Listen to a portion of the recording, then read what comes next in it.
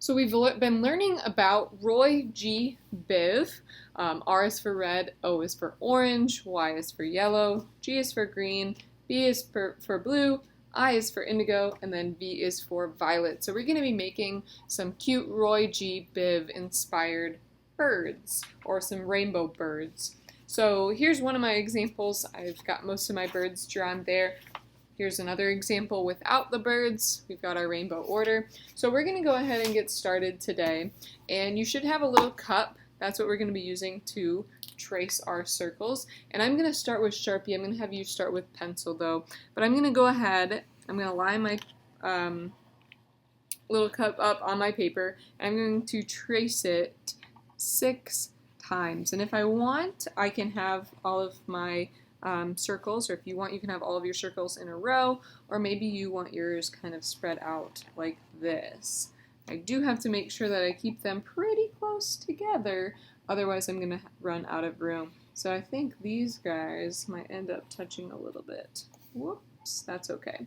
And then these ones are going to be pretty close together here as well. And if it accidentally kind of goes off the paper, that's fine, but just the good thing about you guys using pencil is that if you make a mistake, you can always erase it, or we could flip it over and try again on the back. Alright, so once I have those drawn, I do want to make sure that I'm coloring them in rainbow order, or Roy G. Biv order. So I've got my red here. I'm going to go ahead and take that. And one thing that really helps when we're coloring in with markers is to use that side, that flat edge of the marker. Instead of using the tip, we want to use the side. So I'm going to kind of line that up on the edge, and I'm going to go ahead all the way around, and I'm going to color this bird in as neatly and nicely as possible. I guess it's not really a bird yet, is it? It's just a circle. So I'm going to color in my circles really neatly. Notice how sometimes I kind of have to turn the page.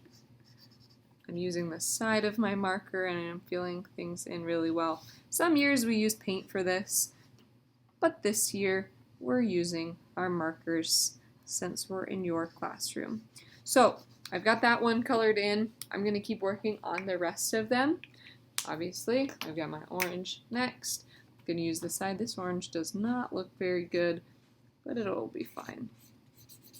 Might have to swap it out in a second here. But I'm going to keep coloring that in. Now, for the sake of time, let's pretend I have them all colored in. It looks just like this one. I've taken my time, I've used the side of the marker. Now comes the fun part. Now comes the part where we actually get to design our birds. So I'll kind of set this to the side here while I'm working on my red little bird here. But some of our birds we might want to have wings. Maybe some are upside down. Maybe some are flying to the side. Maybe some are just being polite and just sitting there like normal. Okay, but I'm going to go ahead and I'm going to draw some curved lines on the side of my bird for the wings. And then I like to add some fun designs for the feathers. I don't like to just keep it plain. So maybe I can add zigzag lines. These are kind of like curved lines. We talked a lot about lines already this year. So let's show people what we already know. Show people how to use our lines. Then I might want to add some eyes. So I want some big ovals for my eyes. And you might like to draw your eyes a different way. That's totally fine too, okay? But then I can just color that in. I've got that going. Okay? And then obviously we want like a little upside down triangle for the beak. I kind of think this one's cute how I added the hair like that. So I could do that again. Maybe it's going to look like this. Add some little feet, some little toes. And then if I need to, I can get my marker back out and I can color things in again. Oh, that looks super cute. Okay. The other fun thing is maybe we want it to look like our birds are balancing on a line. So I can draw that along through here. Some of them might have really long legs. This guy is just sitting directly on the line, I guess. Okay, but we get to have so much fun with this. Maybe for this one, kind of like that one, it's going to be facing to the side.